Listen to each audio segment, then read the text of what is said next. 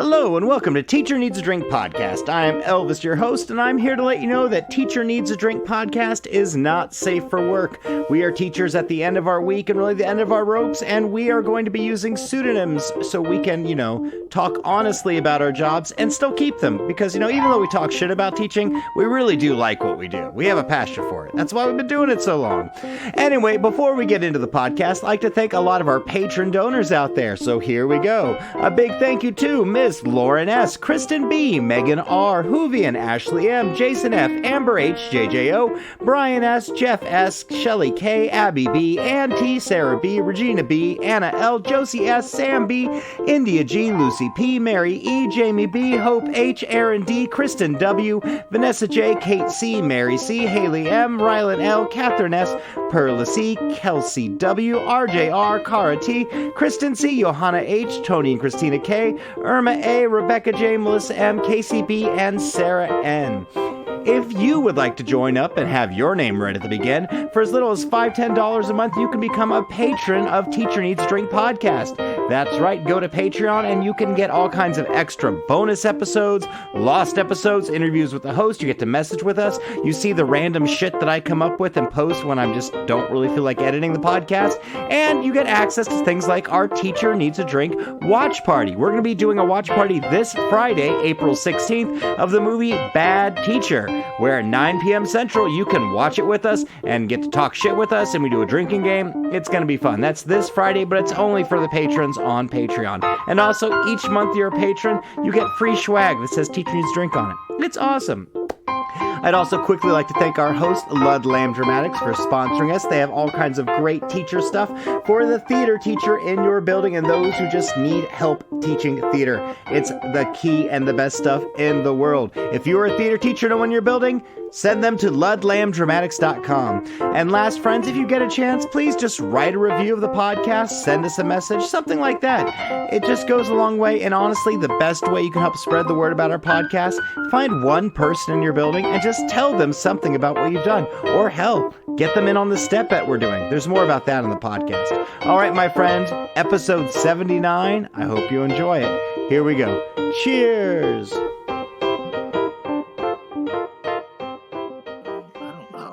I was talking shit too. I shouldn't have. I can always go back to Bunny just saying balls. Ball. Oh, okay. Because we used to talk about sweaty balls whenever we started that. Yeah, I used to sing a song called "Lick My Sweaty Balls," which was definitely lick my chocolate sweaty balls. It was not well received. I mean, I can always go with a chocolate coated type of, You know what? Let's just start here. Welcome to Teacher Needs a Drink podcast. I am Elvis, your host, and today I'm joined by three fabulous people. I'd like to introduce you to them. With me today, I have Miss Lucille Lane. Hi, y'all. And also joining us, Count Chocolate. Count your chocolate blessings. And after a brief absence, we have the return of Miss Bunny O'Hare. Hey, Elvis. Yay. I am so glad you're back. Well, my friends, I'm curious, how have you been? What's been going on this last week or two? I mean, does anyone have anything?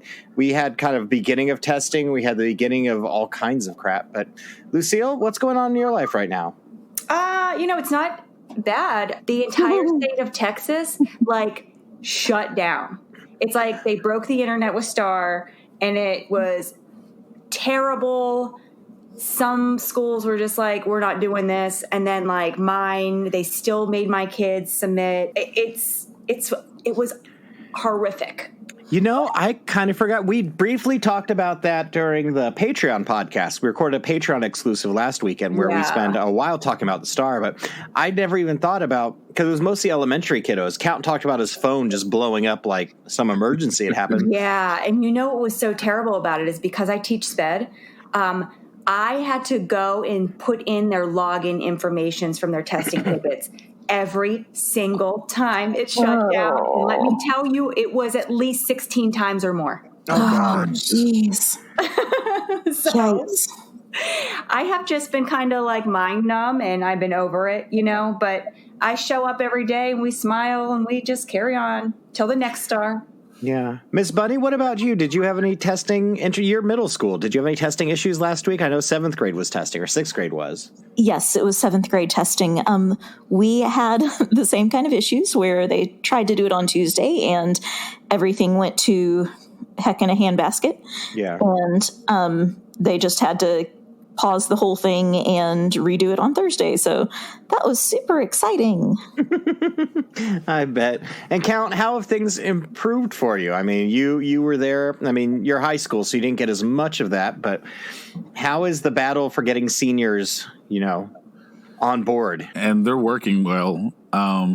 It's actually going very well. I mean, parents are receptive. I mean, we're reaching out to all students. And I think if you lead with a little bit of grace, like, we know it's not the easiest year. We know you're putting forth a lot of effort. We know you're considering all things that are going on. You're trying to just get there, and we're trying to help you get there. And it's going well. This has actually been a really, really good week in terms of communication. The growth and the progress of our kids, it's there. I just don't want them to run out of gas, because they're like 98%.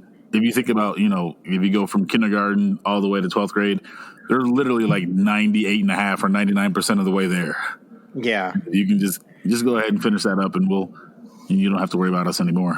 A strong breeze would make them graduate at this point. Yes, it would. It would. All right. Well, I'm glad to hear that. I feel like you're making progress too. And I'm glad. We talked about this before, but I don't think we talked about it on the main feed at all. When you said you were getting some issues with parents getting upset because they're hearing it for the first time that their child might not graduate or whatever the news was, how supportive was your admin in helping you? I know as a team, your counselors are pretty there, but are your admins, do they have your back during this? You know what? They are, and they're becoming just as creative as we are about coming up with ways to make sure students get the credits that they need. But never once have I felt like I've been thrown under the bus, and I feel like I am 100% supported, and I have never said that in like my 16-year educational career. So it's a really good feeling, and we're all working together. So no one's, no one's talking behind your back, or no one's stabbing you in your back. We're all trying to get kids across the stage, because as much as, as difficult as this is, as challenging as it is, we all want the same thing, and that's for everyone to throw your hat up at this graduation when we're going to keep spreading germs because we're going to be in person. But as long as we get that taken care of, then you get your piece of paper. You can take your diploma and whatever virus we're spreading and go home. I'm really happy for you. I know it can be nice. Yeah, we've talked about being in toxic workplaces before and how much of a change it can mean. You don't need to quit teaching. Sometimes you just need a change of atmosphere or a change of zip code. Very true. It can make a huge difference. I'm so happy you found that. This is from our Teacher Needs a Drink contact page from name Tired Teacher. And here's our message. I just wanted to say how much I love your podcast. I started really binging it every day last week, and it's really making my life better. I'm a first-year teacher, and I'm teaching hybrid kindergarten. Oof. I live with all my kids all day using the same schedule the 8th graders use on the other side of campus. I have had a lot of problems at my current school, including being gaslighted, not being helped until March, and then made to feel incompetent when I am formally observed. I have already put in my notice that I am not coming back next year. We have curriculum that is not appropriate culturally or grade-wise, but we cannot supplement. We cannot go against what admin says, and there is no room for suggestion. I say all this to say thank you for doing what you do, because I know y'all are a light in this darkness to a lot of people. Mm-hmm. What a great message. Very sweet. Yeah. Well, thank you so much, Mr. or Mrs. Tired Teacher. It's rough out there. Bless your soul for teaching hybrid kindergarten. Good Lord. Oh, my goodness. And To that's get that teacher a drink. first year, and you start in the middle of all this, and it's just that tough that it's like, I don't see this happening. You know what else, too? I was thinking when they said that she teaches hybrid kindergarten also on the same schedule as an 8th grade. So if they're teaching at the same time, what if we have students who have brothers or sisters that are on at the same time and then can't log in because they're sharing a device? It's a thing. So, Yeah. it is a thing. So good for her for doing what she needs. She said, I'm out, which we talked about that. Did we just mention that? Sometimes it's easier to find a better place than quit teaching altogether. And especially, I think there's going to be a lot of people or a lot of districts looking for teachers next year, because I know there's a lot of people who have jumped ship and who are done. And I've also heard some crazy stories of like principals deciding to non-renew a lot of staff because they decide this is the time to cut those who weren't working hard enough during the pandemic, which is bullshit. I commend you for being brave enough to skip school. I commend you for being brave enough to jump ship and go to another school or be done or just to find something else. That is really hard, especially when you've dedicated the time going through school or you've established yourself, or if you bought a house or you have a relationship in that area. It's hard, but this whole virtual thing definitely makes it a lot easier to jump ship. So kudos to you, tired teacher. I hope you land somewhere amazing. That's what I want to say. Yes. All right, so this is from Reddit user Delivery More, and the title is Student Stole My Car. Whenever playing Two Truths and a Lie with students, I always include a student once stole my car as a truth. Students always beg me for the story. This takes place back in 2013, 100 years ago. It does feel like another lifetime. On my first day as the substitute teacher at a continuation school, I had pretty rough classes. Students were disrespectful, which is the same in any high school for subs, but nothing appeared to be all that out of the ordinary. I had been warned by other subs to be careful in this school, but I never judge kids based on reputation. I try to be as open-minded as possible. The teacher I was stepping in for had, according to the other teachers, gotten fed up and just walked out the day before. No lesson plans. But that didn't matter to me. I am very good at figuring out the theme, coming up with a lesson, and implementing it on the fly. Please come sub for me. But this often takes all my focus and kept me distracted from paying attention to small details. During the second to last class period, a student asked to use the restroom. I had forgotten that I had left my purse on the desk near the hall pass. After spending over half an hour cleaning up and leaving the teacher detailed notes, I headed out to my car. I was entering the parking lot when I realized that my keys were missing. I looked in my parking space, and lo and behold, my car was gone. Oh, geez. I stood there for a full minute before I could process what had happened. I went back to the office, stunned, and said that my car was missing. The receptionist told me that a set of keys had been found in the boys' restroom. My apartment keys were there, no car keys. Oh, God. I admit that I made a scene. Yeah. Fortunately, there were only a couple of students, but the administrators and office staff saw me. That had been my car since high school graduation.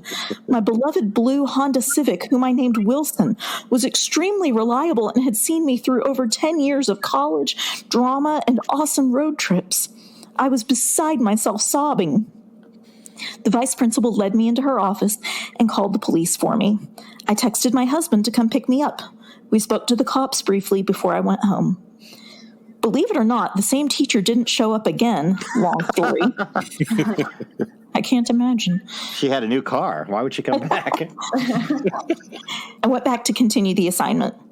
The whole school of less than 300 students knew by then, but I carried myself with dignity. I had to after the previous day. A few students asked me what had happened, including the thief I later found out, and I just said that it would be taken care of. That night, I got a call from the sheriff's office. The good news? Wilson had been found whole and in driving condition. Wilson! The bad news? All my clothes, CDs, and other minutia inside were gone. I didn't care. I had my car back. I picked up Wilson the next morning. John, 16-year-old male, had a record of stealing cars. Of the previous 5 cars he had stolen, 3 had been wrecked. He was under house arrest, only allowed to go to school, therapy, and home. He had wanted to use the restroom as an excuse to skip school. He saw my purse and, while I wasn't looking, snatched my keys and grabbed the restroom pass. He took the car key off the ring, placed my key on the urinal flusher, hopped the fence, and drove Wilson home. And then John showed up to school the next day in my car. What? He parked a couple of blocks away, but the nerve of that little jerk. Now, the sheriff knew about this kid, so when he got the list of my students, he recognized John's name. On a hunch, he staked out the kid's house that afternoon and caught John parking Wilson in his driveway. Oh, man. John was arrested less than an hour later. When questioned, he insisted that the cool sub wouldn't press charges. Of course I would. He took my effing car. Luckily, I didn't have to. This was the kid's 6th offense, and the city was sending him to a boot camp/rehab center. The best part? There was one CD left in the car, in the player. Apparently, this tough car thief was listening to the Frozen soundtrack the whole time. Let it go. The moral of the story, keep your personal belongings hidden from students. Be open-minded, but don't be foolish. Oh, my Foolish. That is goodness. great.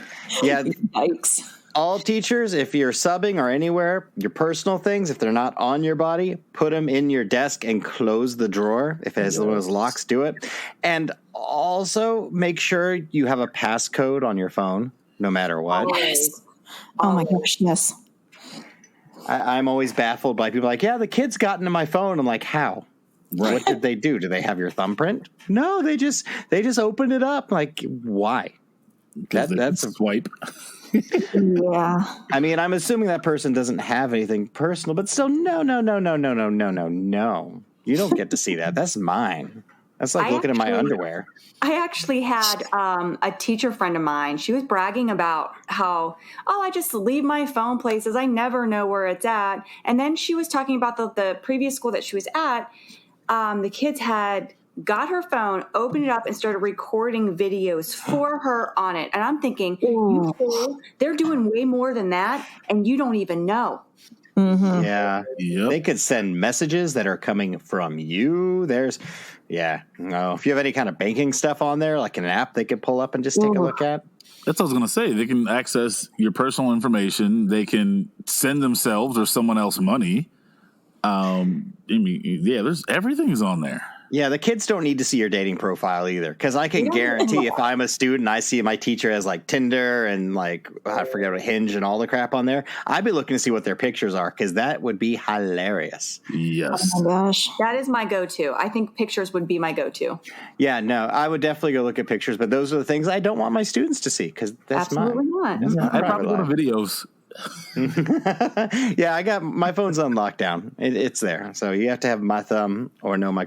I think my own personal children probably know my phone, but my phone is pretty much connected to my hip all the time. Always. In fact, I have an Apple Watch, and the most use I get out of my Apple Watch is to page to find where my phone is, because it's black and white. That's kind of like the reason. Like, it's cool that it counts steps and it can tell me to breathe every now and then, or like do a Dick Tracy phone call. But yeah, I use it more just to page my phone than anything else. It's true. I do the exact same thing. I don't know where my phone's at ever. But it's always close by. Always close by, yes. I lost my phone for about 10 minutes today. I usually have it either like in my pocket or in my hand. I have a cabinet, and a kid had asked me for a spare mask because the strap had broken on theirs. And I went to this cabinet to get a spare mask for this kid and set my phone down inside the cabinet while I was futzing with the box. And then 10 minutes later went, "Where's my phone?" and tore the room apart before I realized I had stuck it in the cabinet. I have done that too. And you feel so dumb afterwards. I'm like, man. Yes. Oh, they were mocking me openly. It's fine. There was one time at the end of a really long workday, I had a mini fridge. I had a shared closet between my art teacher and I, so we could kind of we shared it, and we had a mini fridge and microwave in there. And I remember at the end of the day, I had some I don't know, what are those healthy choice meals? Like, what are those little frozen things that are horrible for you that you can put in the freezer and are supposed to be healthy and you can eat them for lunch? Anyway, I went to go put it in my freezer, and then I started to leave, and I realized I couldn't find my wallet, and I started flipping out. Some kid must have stolen my wallet. I mean, I was out of the room, and I talked to this person. I started running. I spent an hour and a half. I had put it in the freezer with the stupid Instameal. Oh, and it was just, I was like, oh God, I'm a fucking moron. I'm going to read this article. This is from the Reddits from user Cactus Monday. It's titled, "Please, Parents, Accept Your Child's Neurodiversity." Please, please, please, parents, just accept that your child has some neurodivergence. Everyone has some. We just happen to identify it in your kid. It's a good thing. It means we know more about them as a learner. It means we can provide the tools that will help them be confident and successful learners. Your child with ADHD is not less than. Your child on the spectrum has nothing wrong with them. You didn't screw up if your kids have dyslexia or depression or an intellectual disability. Your kids are so wonderful. They are these beautiful little seedlings that are going to grow into beautiful, fruitful trees. If you keep chopping off branches because it makes your tree look perfectly manicured and socially acceptable, you're going to end up with a stunted, sad tree that feels like something is wrong with it. You think that's a recipe for positive feelings around learning and their confidence as a learner? And we wonder sometimes why kids hate school. So many of the parents I talk to act like learner variability reflects poorly on them as parents. I had a student, sibling has ADHD, tell me the other day that while he strongly suspects he has ADHD, he hadn't pushed testing with his parents because they already feel like they have one screwed up kid and they don't want to admit they have two. I doubt that's the way the parents communicate this idea, but that's what the kid sees, and he suffers for it. It breaks my heart to know that we could just get a diagnosis and a 504 and make life so much more comfortable for him. And please don't go for the old trope of he can't focus, but he's so smart. There's always the but X is so smart it doesn't matter. Stop telling your kids they are so smart. When they fail at something, that I am so smart message gets destroyed, and so does confidence. Plus, smart isn't what matters. There are a million smart deadbeats everywhere. I was one for years. Parents always told me how smart I was when things didn't come easy to me. I felt like an utter failure. Tell your kids you're proud of how hard they work. Hard work actually means something. Being smart means nothing if you do nothing with it. Sorry, rant over. I just see so many kids with self-esteem issues because the adults in their life act like their learning difference makes them less than. I just love my students and want them to feel okay. I'm ready to hear Lucille weigh in on this because you work with students with learning differences, right? Yes, I do. I have a lot to say about this. So go off, girl. With this being said, both hand in hand. So kids that have, their learning differences, and then the kids who are also told, you're smart, you're just so smart, you can do this. And then when they do something and fail, they feel miserable because what they are told is what they believe. But if you're not telling them they're smart, or any kid, right, you're all on equal playing fields, which brings us to growth mindsets. So you have growth mindsets, and you also have things like our fixed mindsets.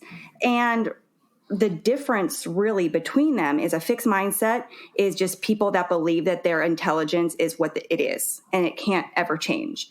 Yeah. And then a growth mindset is like people that believe that intelligence and talents are actually learned through trial and error. With this being said, the kids with a growth mindset are, for example, they believe intelligence can improve, or enforce lifelong learning, or, view feedback as a source of information, or view other success as a source of inspiration. Where like you got these fixed mindset kids who believe that intelligence and talent is what it is. Their flaws will be judged by others. Other people's successes means that they are failures. And they feel threatened by all of that. Your mindset is not controlled by your intelligence. So I have had so many kids that have had learning disabilities that it is very difficult for them every single day. But they keep trying, and they are getting so much better. I have a little boy that could not speak a full sentence 2 years ago. And through tears and lots of hard work, we are now speaking full sentences and actually reading. Woo! I know. Yes. I love it. It's a big deal. So, I feel like, I know it's like I could go on forever. When people think about like these growth mindsets, linking higher motivation, creativity, and error as correction is a good thing.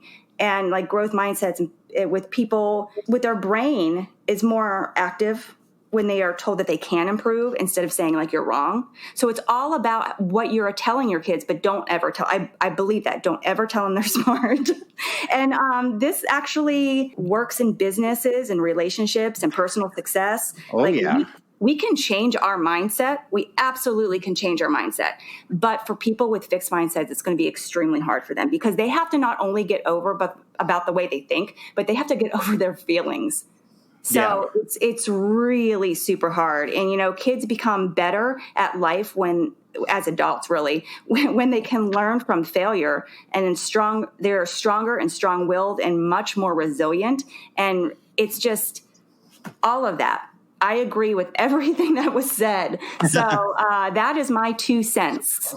I think it's really important, number one, to try to get students to adopt a growth mindset, because I've met so many adults with a very fixed mindset that this is just the way it is. Life just sucks. This school just sucks. So I'm just going to bide my time until I can do the one thing I like or whatever. And that's unhealthy. That's why we talk about, there's nothing wrong with changing schools. Things can get better. There's nothing wrong with changing careers. It's difficult and it's scary as fuck. But you know what? You can make your life so much better. Or people who just don't want to try things. I've tried many, many bazillion different things in my life, and I really found some things I like that have ended up being exciting side hustles. But when you find the kids and adults who are just stuck, it's really even more sad in kids, because they're the ones like, I don't even want to do this work. Not because it's hard, it's because they just feel like no matter what, they're going to fail. So why even try? They feel like anytime they come to school, they're going to get into trouble. So what does it matter? Because they're going to get in trouble anyway, even if they're not doing anything wrong. Right. And may I add, with you just saying that, the parents who have those fixed mindsets that are just like, oh, well, my kid can't, my kid can't be dyslexic. They can't have anything wrong with them. They cannot be intellectually disabled. Yes, they absolutely can be. And it's quite okay. I think they feed off their parents, right? Like they feed off that negativity, and then they have a fixed mindset. No, I can see it. Though my daughter was having an extreme hard time this last year and a half with writing. She's a second grader, and she can read incredibly well. She can do all kinds of stuff, but writing, she just could not do it. Just kept getting worse and worse, and things were going wrong to a point where it was becoming a structural point. And the teacher was like, I think you might need to have her tested for dyslexia. And instead of me being scared that something might be wrong, quote unquote, I was really excited, like, oh, this makes sense. We can fix things like this. And she ended up texting that she has dysgraphia, which is, I did not know, dyslexia for writing, where just for whatever reason, the brain it struggles with that. But once we got a 504 in place and she started working with specialists, she improved almost overnight, like insane amounts with her abilities. Like, why? Like, I never fought it, but why would parents fight getting your children help so that they can thrive and get excited? Because before, she dreaded language arts. She did not want to do it. She loves reading, but she hated that because she just felt like she was struggling. Now she likes it again, and she likes school again. I'm like, yeah, remove some of the boundaries. Get these kids a 504. Admit maybe there's an issue. Because, I didn't control that. She doesn't have dysgraphia because of anything I did. It's not because that basketball hit her in the head when she was 2. That doesn't cause dysgraphia. Hey, guys, guess what? What? What's that? We have a Patreon. A Patreon. That's right. We have a Patreon. For as little as $5 to $10 a month, you can get access to all kinds of lost episodes, exclusive episodes, interviews with the cast. You get to chat with us. And every month, you get to earn yourself some cool Teacher Needs a Drink swag. And even better, this very Friday, April 16th, we're having a Bad Teacher, the movie Bad Teacher, a watch party of that with all the patrons who want to come. And we're going to chat through the movie. We're going to play a drinking game. It'll be lots of fun. And so if you want to be part of the Bad Teacher watch party this Friday, you got to be a member of the Patreon. And there's all kinds of other extra stuff you get. We'll be doing a review next week of the movie, so you guys can hear that. And you also get to be the first to hear about our step bets. Yes, that's right, step bet. I feel like I'm talking for a long time now, but I'm going to keep going. We just finished our first step bet. Actually, it's finishing this week. This is the last 3 or 4 days. On April 26th, we'll be starting our second step bet, where you can join and sign up, and you can hit your goals of making so much movement and steps every single day. And we're going to run it till the end of May. And at the end of May, we're done because school's out then. But this has been really good. We've gotten to know each other a little bit more. There's a very active chat conversation going on. So if you want to join us, you don't need to be a member of Patreon, but you can go download the Step Bet app and use the code TEACHER2. That's the number 2, TEACHER2, to find us. And then you can sign up and it'll be awesome. Be part of us. One of us. Yay! Hooray! One of us. One of us. One of us. This person asks you to chat about something they insist is important. The beginning of the conversation is confusing. Their language is filled with technical jargon and references to books you have not read. However, as they continue, they make more and more sense. The person seems to be making an argument about logic, truth, and how information should be processed. What they're saying is compelling, entertaining, and sensible, but the conversation ends with a curious twist. The reason this person is telling you all this is that they are now convinced that the earth is flat and they can prove it. This person goes on to explain how they've been writing about this theory on the internet and now have been asked to appear on popular TV news programs where they will debate traditional scientists about the shape of the earth. They're excited about this, but also nervous. They ask your advice on whether they should make the appearance. What do you say to this person? Yikes. Mr. Count Chocolate, how do you deal with this? I gotta tell this person to save themselves the embarrassment and just come up with some reason to cancel this. Do not go on national television or sit down with an expert and make a fool out of yourself. I'd hate to see it. Now, on the flip side, I would 100% watch it. Simply to get a good laugh out of it. Like, man, I told that man, I told the man not to go ahead and do that, but he wouldn't do it. You know what? I got to sit and watch it. I mean, popcorn, beverages, and everything. How could you not? Like, I got, it's must-see TV. And I wouldn't miss it for the world. I would not miss that at all. I would really look forward just the next time I see that person going, hey, I saw you on TV. Just do a good Larry David, just kind of, and just kind of keep going. Miss Lucille, how would you deal with the flat earther? I mean, I don't know. You know, for one, I will admit that I've had somebody try to talk me into like the world being flat.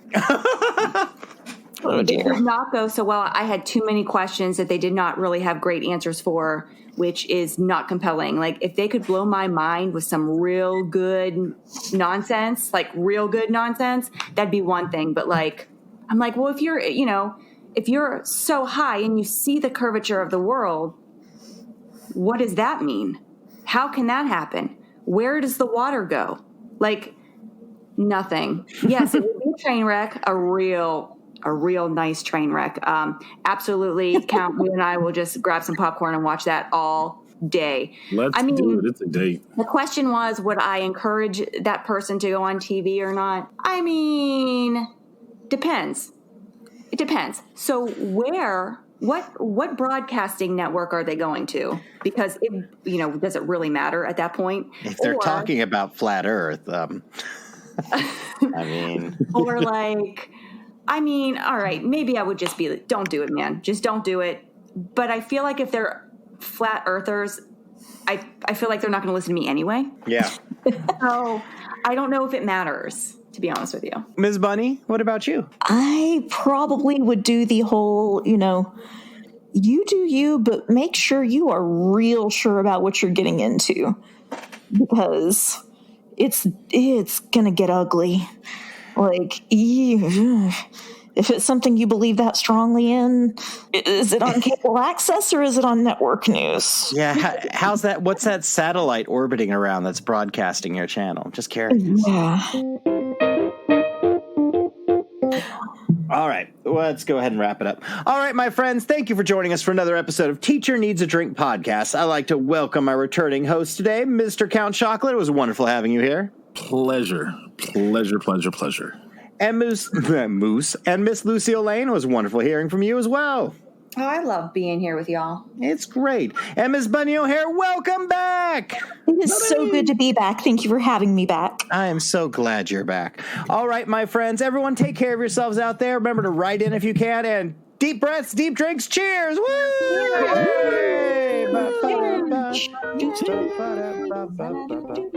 This is where Cal should wrap.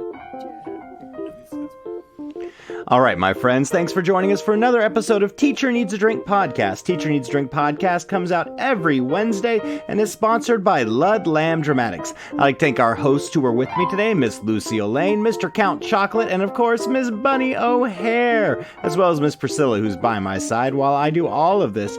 Teachers, if you get a chance, we are doing our watch party this Friday, April 16th at 9 Central for anyone who's a Patreon member and wants to do the watch party of Bad Teacher with us, play drinking games, have a good time.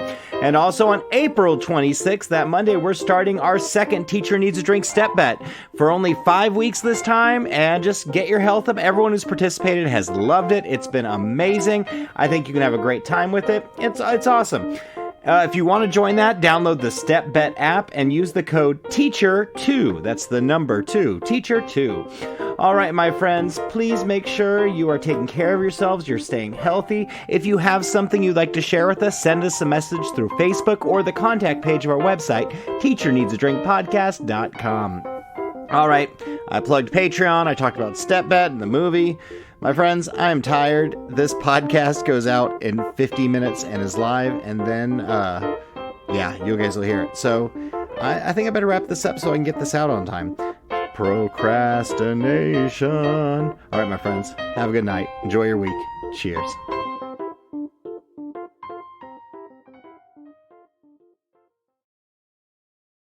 To cut those who weren't working hard enough during the pandemic, which is bullshit.